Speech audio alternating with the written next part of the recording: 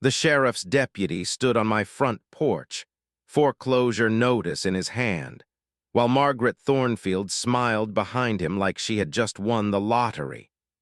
Her perfectly manicured nails tapped against her clipboard as she watched me read the document that would supposedly take away everything my family had built for 5 generations.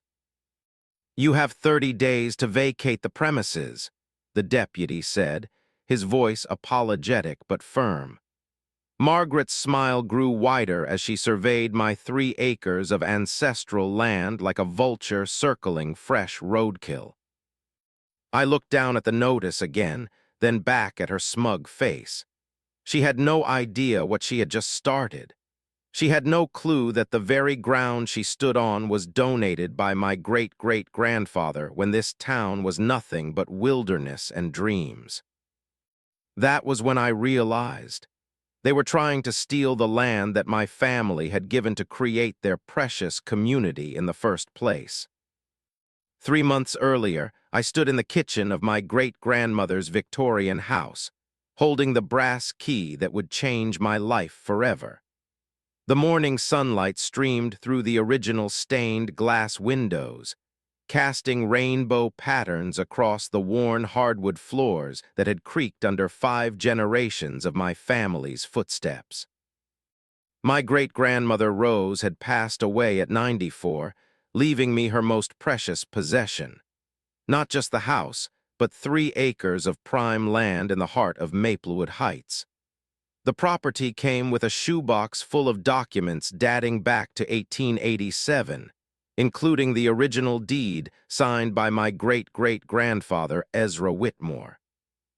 I had barely finished moving my belongings into the old house when the first letter arrived.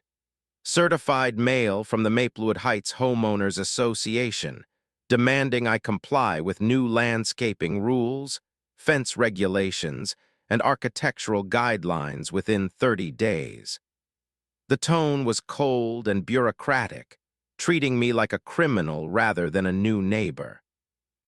I discovered the HOA had been formed only 5 years ago by wealthy newcomers who built a luxury subdivision around the historic part of town. These people had moved here for the charm and character, then immediately set about sanitizing away anything that did not fit their suburban fantasy. The knock on my door came on a Tuesday morning.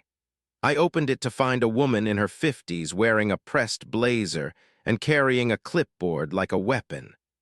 Her blonde hair was styled in that aggressive soccer mom cut that screamed entitlement from 3 blocks away. "I am Margaret Thornfield, president of the Maplewood Heights HOA," she announced, not waiting for an invitation before stepping onto my wraparound porch. "We need to discuss your property violations."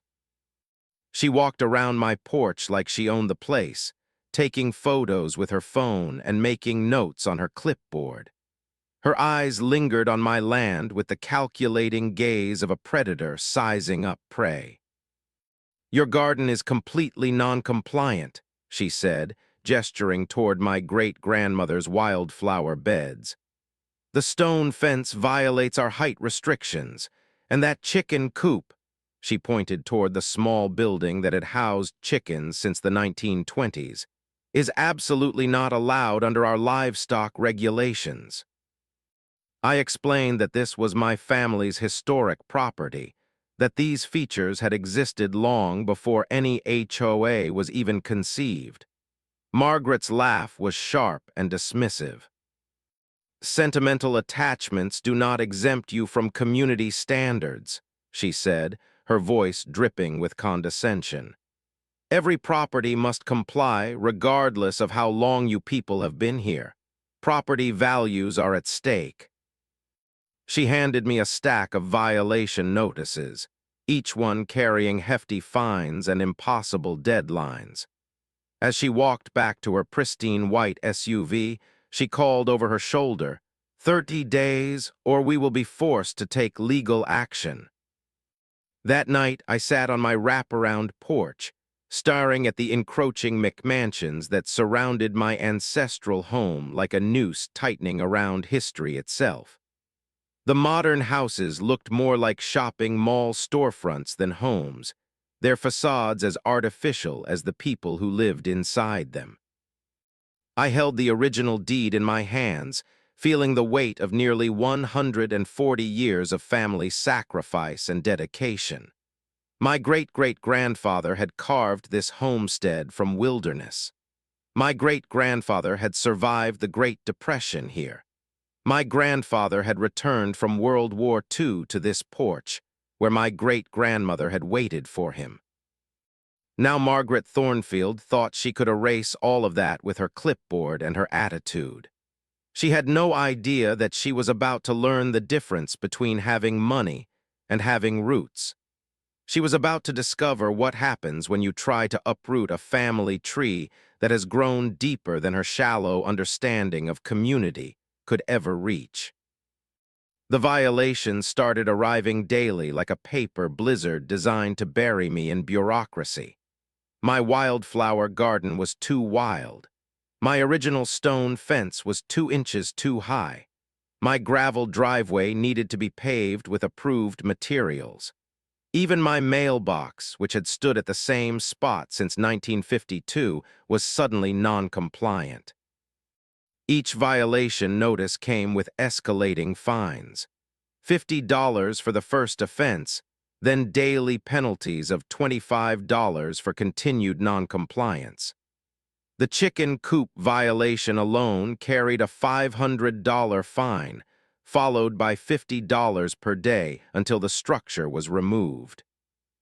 Margaret brought the entire HOA board to my property for what she called an official inspection.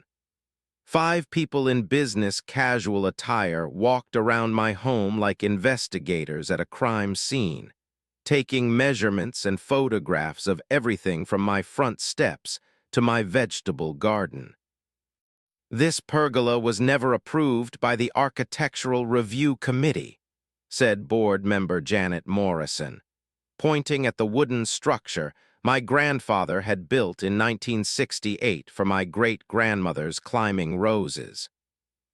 "The exterior paint color is not on our approved palette," added Treasurer Bob Chen, consulting a color chart like he was diffusing a bomb instead of critiquing my house. Margaret supervised the inspection with the satisfaction of a general watching enemy territory being mapped for invasion. She made notes about every single feature of my property, from the hand-laid stone walkway to the original barn boards my great-grandfather had repurposed for the garden fence. "This entire property needs to be brought into compliance," she announced to her board. "The violations are extensive and systemic.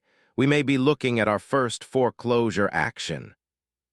The word foreclosure hit me like a physical blow.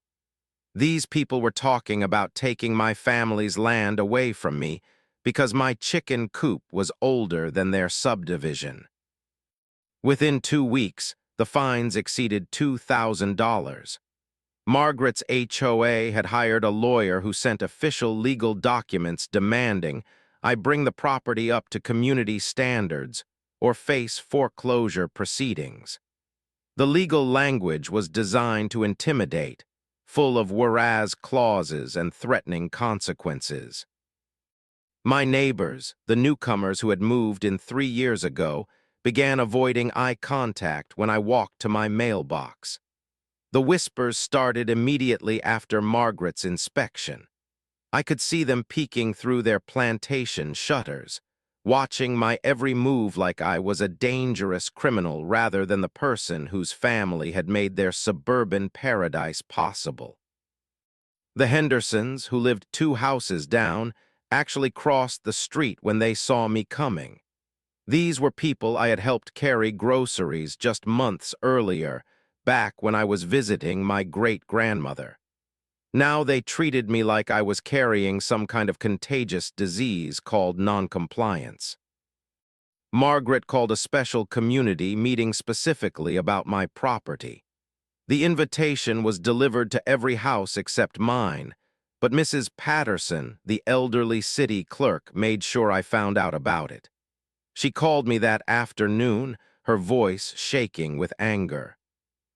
"They are planning to discuss your property at the Kowalski house tomorrow night," she said. "I have never seen anything so underhanded in 40 years of municipal service."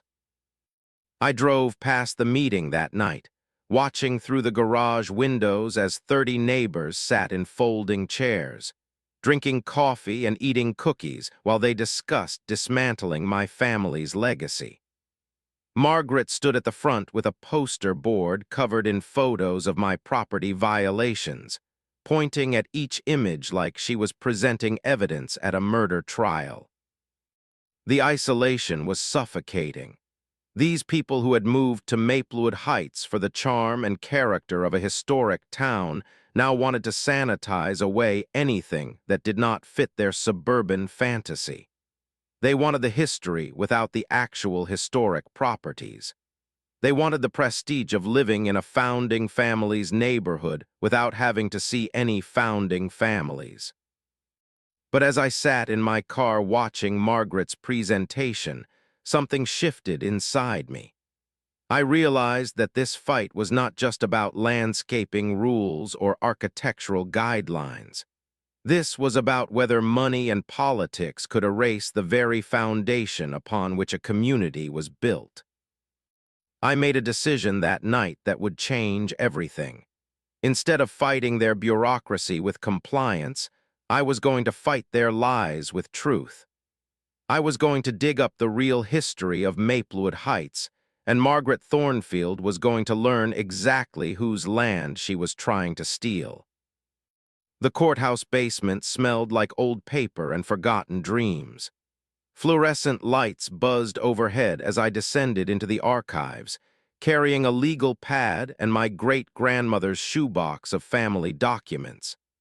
Mrs. Patterson had given me access to the municipal records, her weathered hands shaking with indignation as she unlocked the basement door. "Your grandfather was the finest mayor this town ever had," she said, her voice thick with emotion.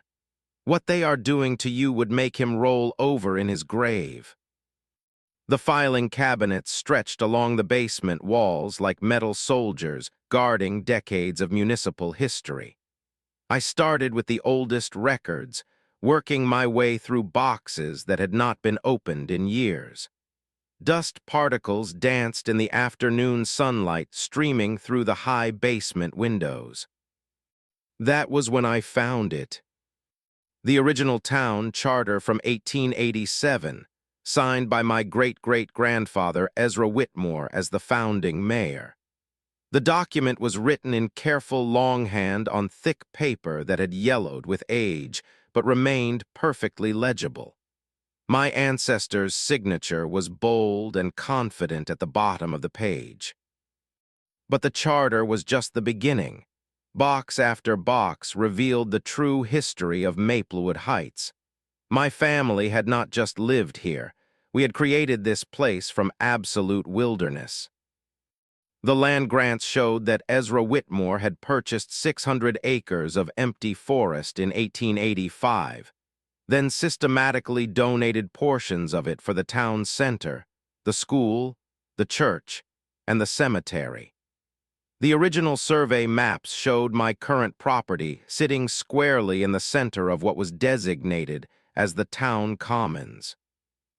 I found photographs from the early 1900s showing my great-grandfather standing beside the first schoolhouse, which he had built with his own hands on land he had donated. Another photo showed my grandfather as a young man, breaking ground for the community center in 1954. A newspaper clipping from 1962 featured my great-grandmother cutting the ribbon for the new public library, built on yet another parcel of Whitmore family land.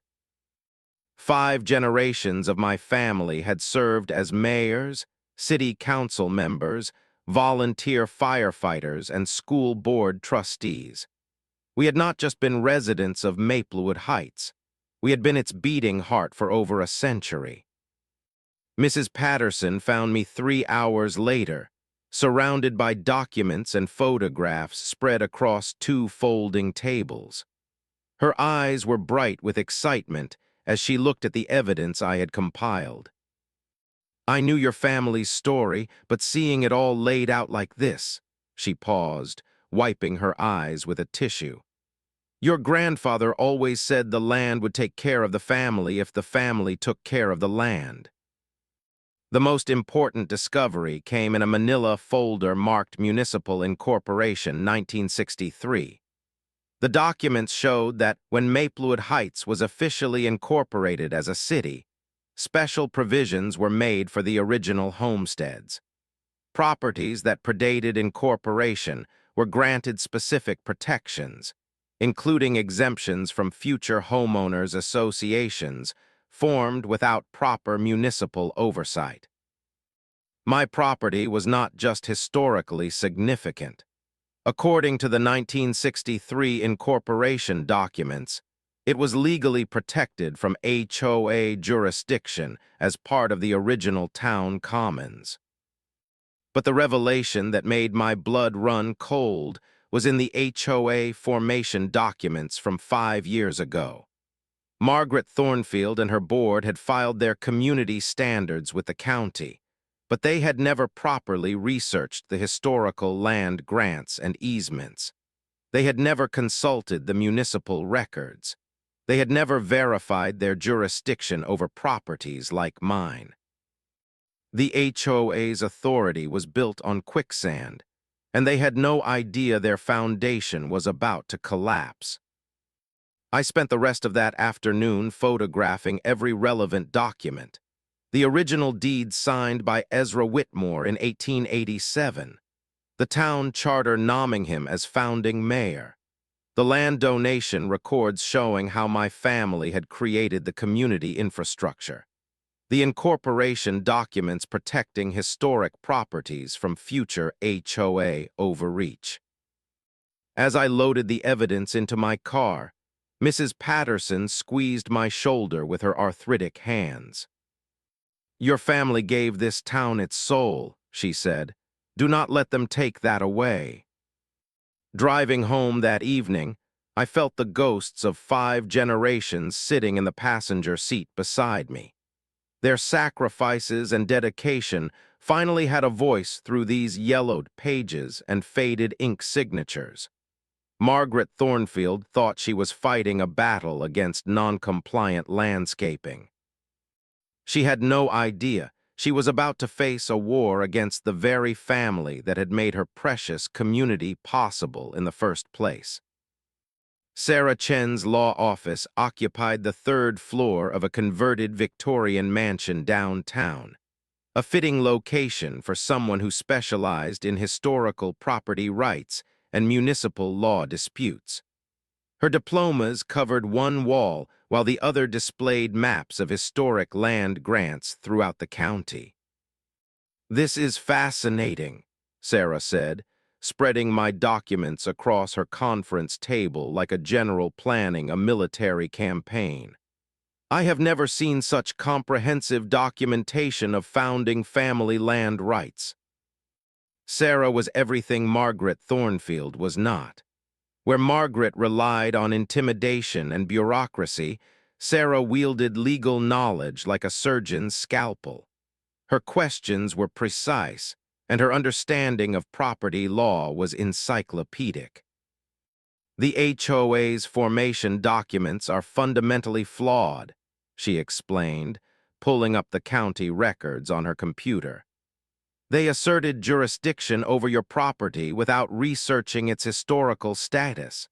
That is like claiming ownership of the White House because you formed a neighborhood association." We spent 3 hours building the legal case that would demolish Margaret's empire. The evidence was overwhelming. My property's status as original town commons made it exempt from HOA authority under multiple sections of municipal law. The 1963 incorporation documents specifically protected historic homesteads from future community associations. They cannot fine you for violations of rules they have no authority to enforce, Sarah said, her pen moving quickly across a legal pad. Every fine they have assessed is legally meaningless. Sarah filed a cease and desist order that afternoon, demanding the HOA stop all fines and legal proceedings immediately. The document was a legal masterpiece, citing case law dating back to the 1800s and constitutional protections for historical property rights. But Sarah's investigation revealed something even more disturbing than legal incompetence. She requested copies of all HOA board meeting minutes under public records laws, and what we found made my stomach turn. The board had been discussing acquisition strategies for my property for over 2 years, dating back to before my great-grandmother's death. They had researched the market value of my 3 acres, calculated the potential profit from subdivision development, and planned their harassment campaign like a military operation. "Look at this," Sarah said, pointing to minutes from a board meeting 18 months ago. They specifically target older properties owned by longtime residents. Your property was not the first. It was just the most valuable. Margaret's pattern became sickeningly clear. The HOA would identify historic properties with elderly owners, then systematically harass them with violations and fines until they were forced to sell. The new buyers were always developer-friendly investors who would tear down the historic homes and build luxury subdivisions. The HOA's lawyer, a man named Richard Hayes, tried to intimidate me with threats of expanded legal action. He called my house the morning after Sarah filed our cease and desist order, his voice oozing false confidence. "Your attorney is in over her head," Hayes said. "We have extensive legal precedent for community standards enforcement. I suggest you reconsider your position before this gets expensive." I put him on speakerphone so Sarah could hear his threats. Her response was swift and brutal. "Mr. Hayes, this is Sarah Chen. I represent the property owner. Your client has no jurisdiction over this property under Municipal Code sections 12.3, 15.7, and 18.2. Your continued harassment constitutes fraud under state law. I suggest you advise your client to cease all illegal activities immediately." The line went quiet for a long moment before Hayes mumbled something about reviewing the case and hung up. Sarah's next discovery hit like a nuclear bomb. Margaret's husband, David Thornfield, owned Thornfield Development, LLC, a company that had been quietly purchasing properties in historic neighborhoods throughout the county. The HOA president was married to a developer who directly benefited from forcing longtime residents to sell their family properties. "This is not community standards enforcement," Sarah explained, showing me the corporate filings. "This is organized real estate fraud using HOA authority as cover." We began documenting every interaction with HOA board members, building a case for harassment and fraudulent legal claims. Sarah installed a digital recorder on my phone and coached me on how to get Margaret to reveal her true motivations. The opportunity came sooner than expected. Margaret called me directly, bypassing her lawyer, clearly frustrated that her intimidation tactics were failing.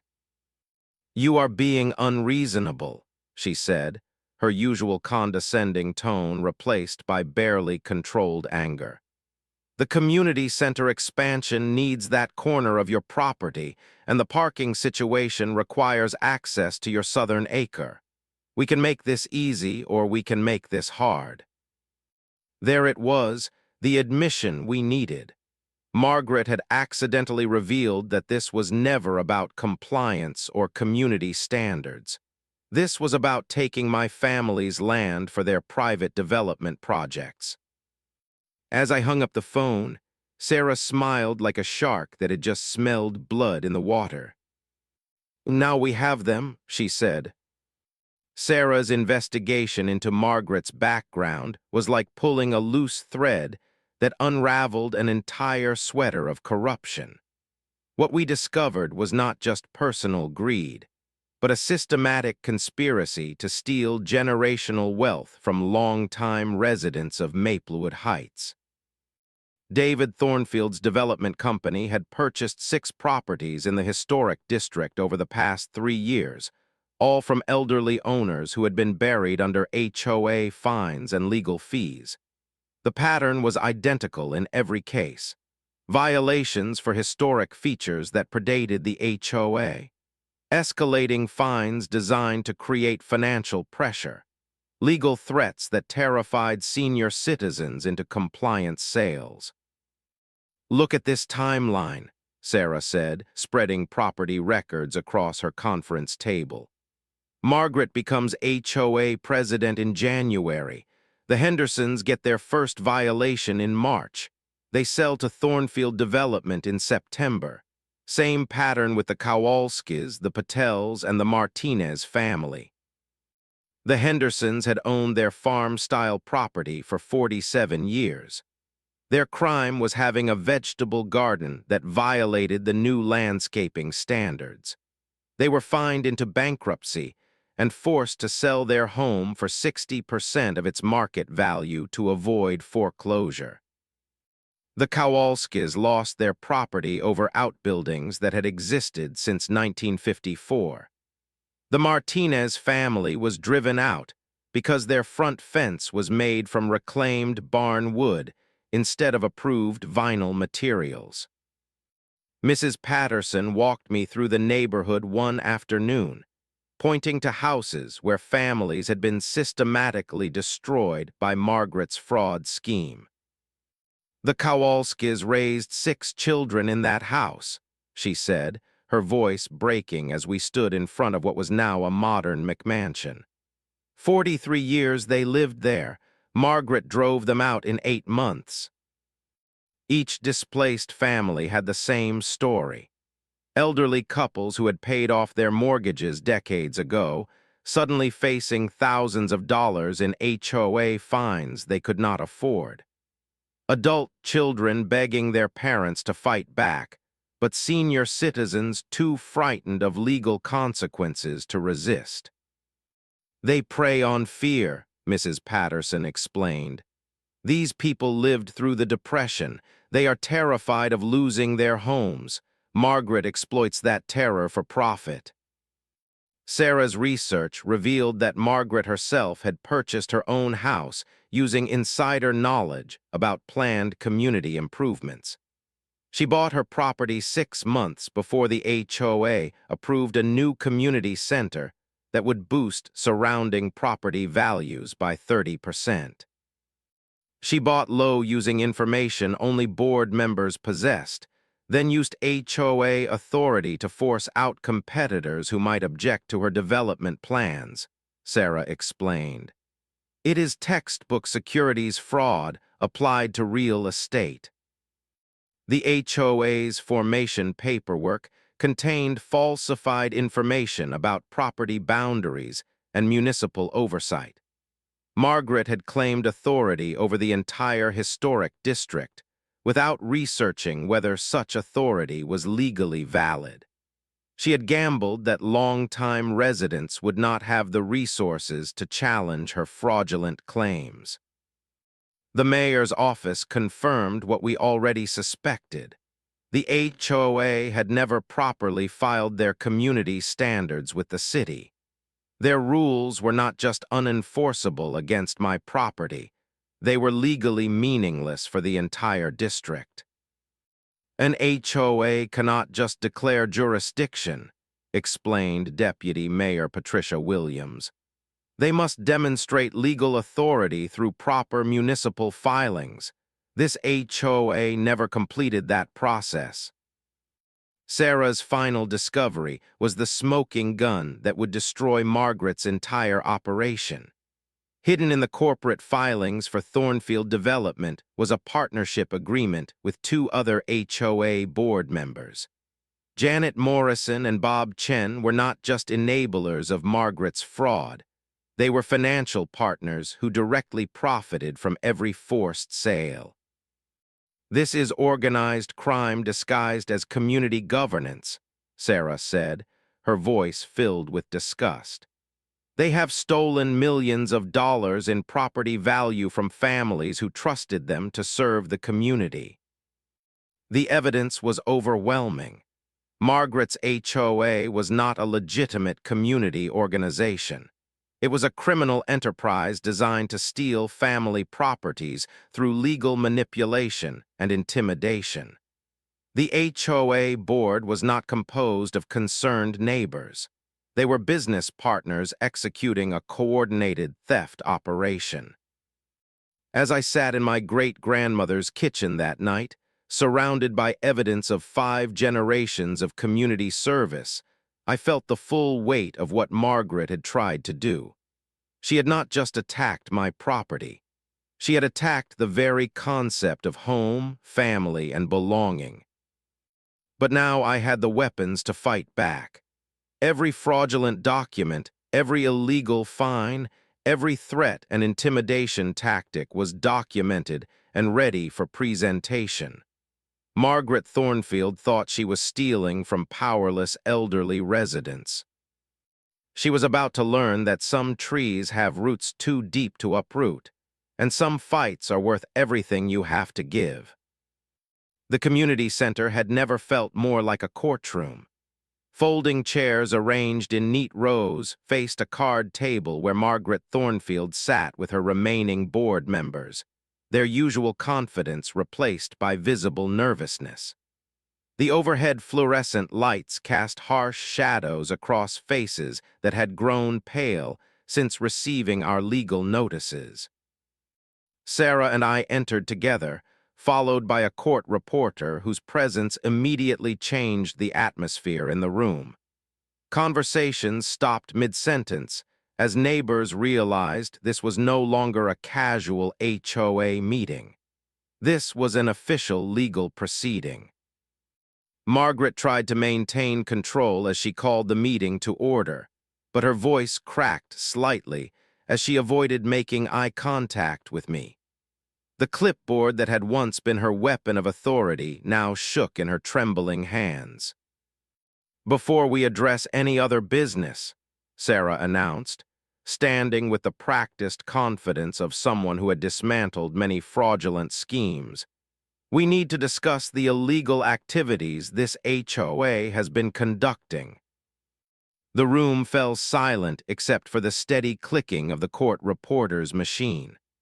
Sarah approached the front table like a prosecutor addressing a jury, carrying a folder thick with evidence that would destroy Margaret's carefully constructed empire.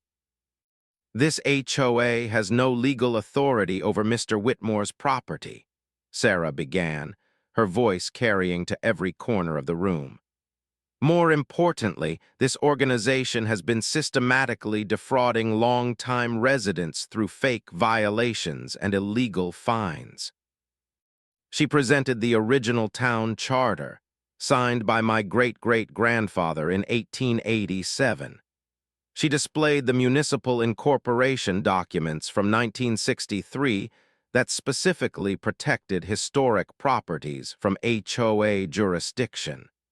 She revealed the falsified formation paperwork that Margaret had filed with the county.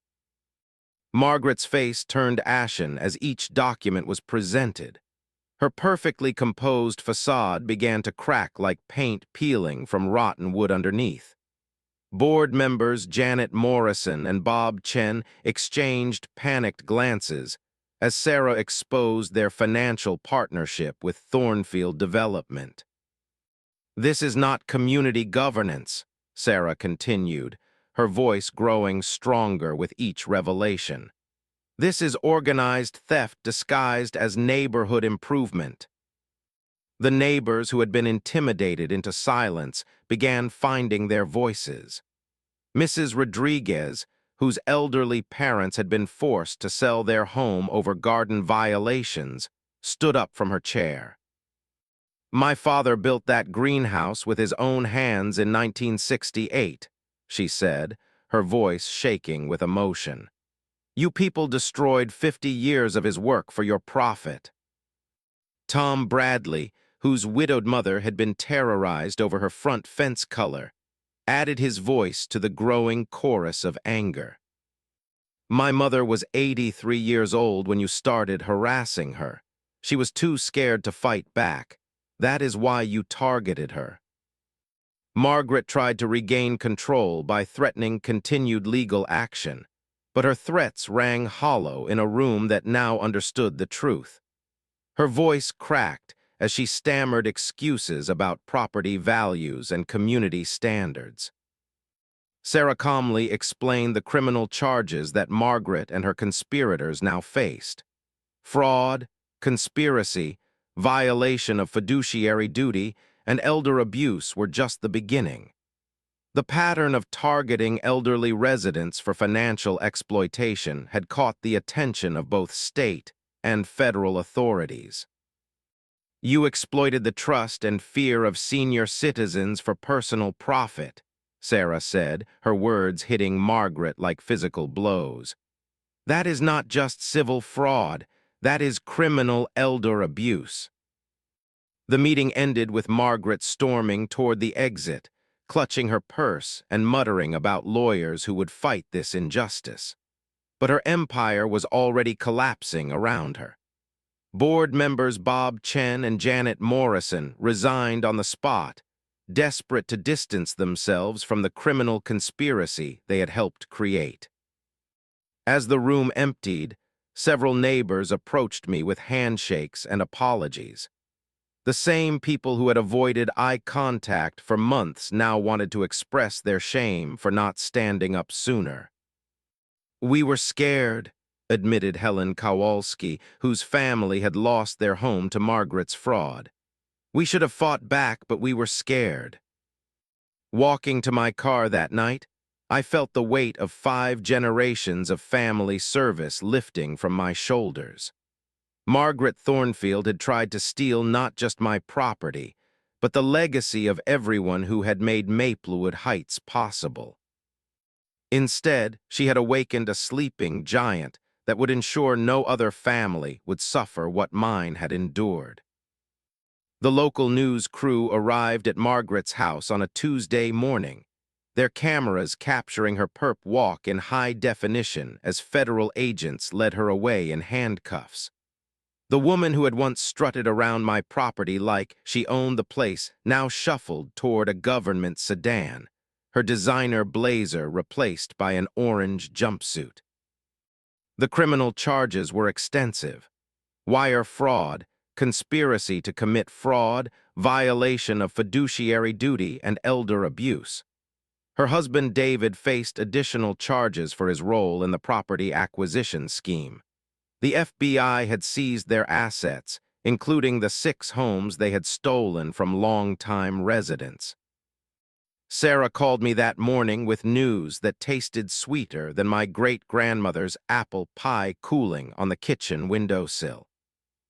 "The HOA is officially dissolved," she said, barely able to contain her excitement. "All fines and legal actions are voided. The forced sales are being investigated for fraud, and the families may be able to get their homes back." Mrs. Patterson cried tears of joy when she learned the Hendersons might recover their property. The federal investigation had uncovered evidence that their sale was completed under duress, with Margaret's threats of immediate foreclosure constituting legal coercion. The city council issued a formal public apology and recognized me as a historic preservation advocate for protecting community heritage. But the recognition that meant the most came from the families who had suffered under Margaret's regime. Helen Kowalski called me personally to express her gratitude. Her family's forced sale was being reviewed by federal prosecutors as part of the elder abuse investigation. "You gave us hope when we had given up," she said through tears. "You showed us that bullies do not always win." The neighborhood transformed almost overnight. The fear that had hung over the historic district like a toxic cloud began to lift as residents realized they were free from Margaret's tyranny. Gardens bloomed again. Historic features that had been hidden or modified to avoid violations were restored to their original beauty. My property received official designation as a town historical landmark, ensuring it would remain protected from future development schemes. The designation ceremony took place on my wraparound porch, where 5 generations of my family had watched Maplewood Heights grow from wilderness to community. But the victory that brought me the most satisfaction was the community foundation we established using my family's extensive historical records. The Whitmore Heritage Foundation would help other long-time residents fight back against predatory HOAs and development schemes. Sarah agreed to serve as the foundation's legal counsel, providing free representation to families facing similar fraud. Mrs. Patterson became our historical research coordinator, using her 4 decades of municipal knowledge to help families document their rights. "Your family's service to this community continues," Mrs. Patterson said as we filed the foundation's incorporation papers. "Now you are protecting not just your own legacy, but everyone else's too." The final scene of this victory played out on a golden autumn evening as I sat on my porch, watching my chickens roam freely across the same land where my great-great-grandfather had first envisioned a community built on mutual respect and shared prosperity. The new historic district signs marked the boundaries of a neighborhood that would never again fall victim to fraudulent schemes disguised as community improvement. Margaret's McMansion stood empty, awaiting new owners who would appreciate living in a real community rather than a sanitized suburban theme park. As the sun set behind the original oak tree that Ezra Whitmore had planted in 1887, I felt the presence of 5 generations of family who had called this place home. Their sacrifices and dedication had not been in vain. Their legacy would continue through the foundation that bore their name. Margaret Thornfield had tried to erase history for profit. Instead, she had ensured that history would be preserved and protected for generations to come. Sometimes the little guy does win. Sometimes truth and justice are stronger than money and corruption. Sometimes standing your ground is not just about keeping your property. It is about preserving the soul of a community that greedy people tried to steal.